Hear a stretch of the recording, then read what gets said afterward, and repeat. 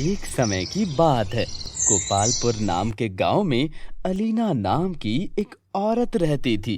वो बहुत बीमार रहती थी। उसे पता था कि अब वो नहीं बच पाएगी। एक दिन वो अपने पति राघव को बुलाकर उससे कहती है।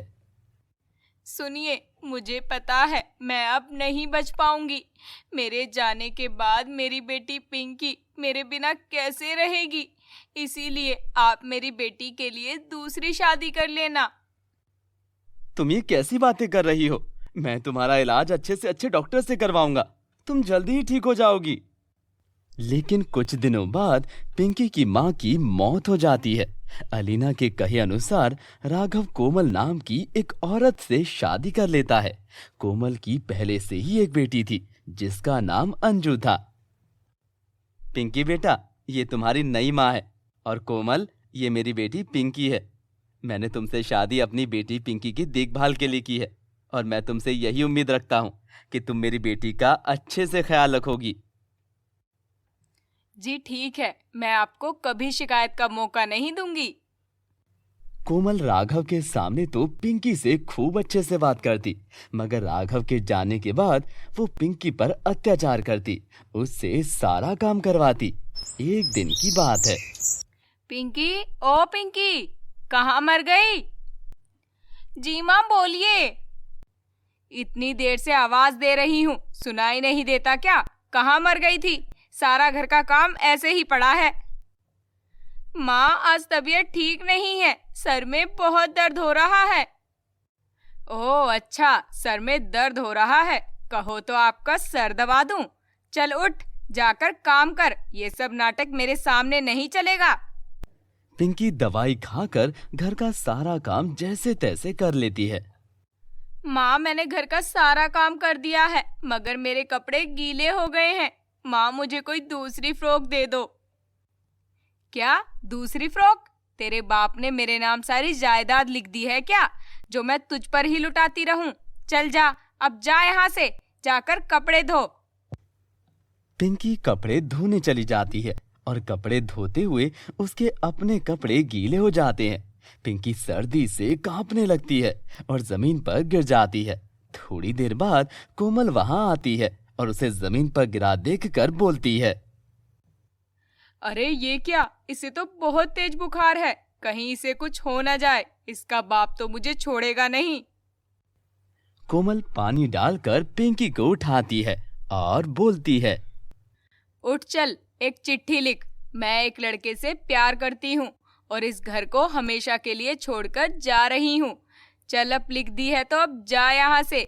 कभी अपनी शक्ल मत दिखाना। अगर यहाँ पर वापस आई तो मैं तुम्हें जान से मार दूंगी। आप ऐसा मत करिए, मैं कहाँ जाऊंगी? और आप ये चिट्ठी पापा को दिखाएंगी तो वो मुझसे नफरत करने लगेंगे। मैं आपके पैर पड़ती हूँ, मेरे साथ ऐसा मत करिए। मगर कोमल उसे धक्का मारकर घर से बाहर निकाल देती है। पिंकी एक पेड़ के नीचे बैठकर रोने लगती है कि तभी उसके सामने एक परी प्रकट हो जाती है और उससे कहती है। क्या हुआ है, बताओ मुझे। क्या बताऊं परी जी, मेरी सौतेली माँ ने मुझे घर से बाहर निकाल दिया है।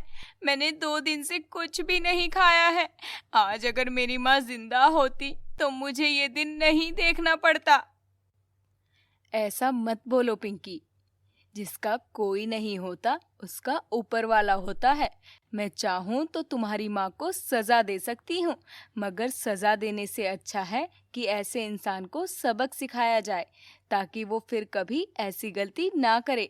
मैं तुम्हें जादुई 3 फ्रॉक देती हूँ, जिसमें से एक को तुम्हें पहनना है और बाकी के 2 को मैं अभी बताती हूँ। और फिर परी पिंकी को 3 फ्रॉक दे देती है। उनमें से एक पिंकी पहन लेती है और घर चली जाती है। पिंकी को देखकर उसके पिता उससे कहते हैं। अब क्या लेने आई है यहाँ पर?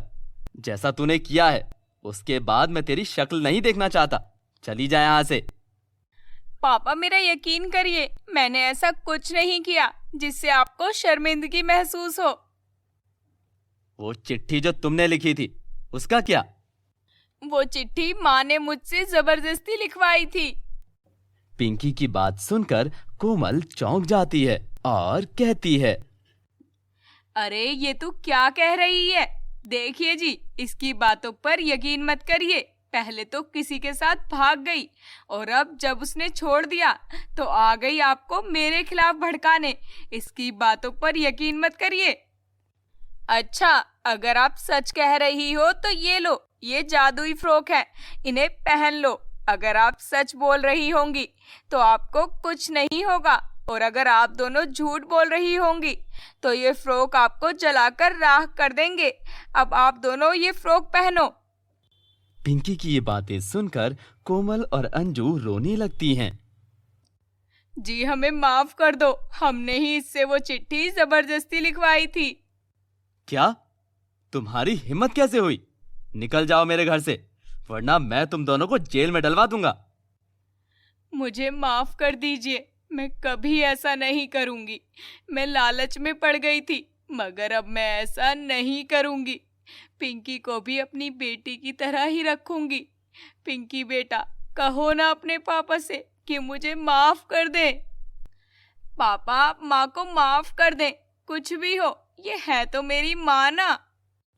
अच्छा ठीक है मेरी बच्ची, तुम कह रही हो तो मैं इसे माफ कर देता हूँ। और उस दिन के बाद से कोमल पिंकी से भी अपनी बेटी की तरह ही प्यार करने लगी और वो हंसी खुशी रहने लगे। उनका परिवार खुशी खुशी जीने लगा।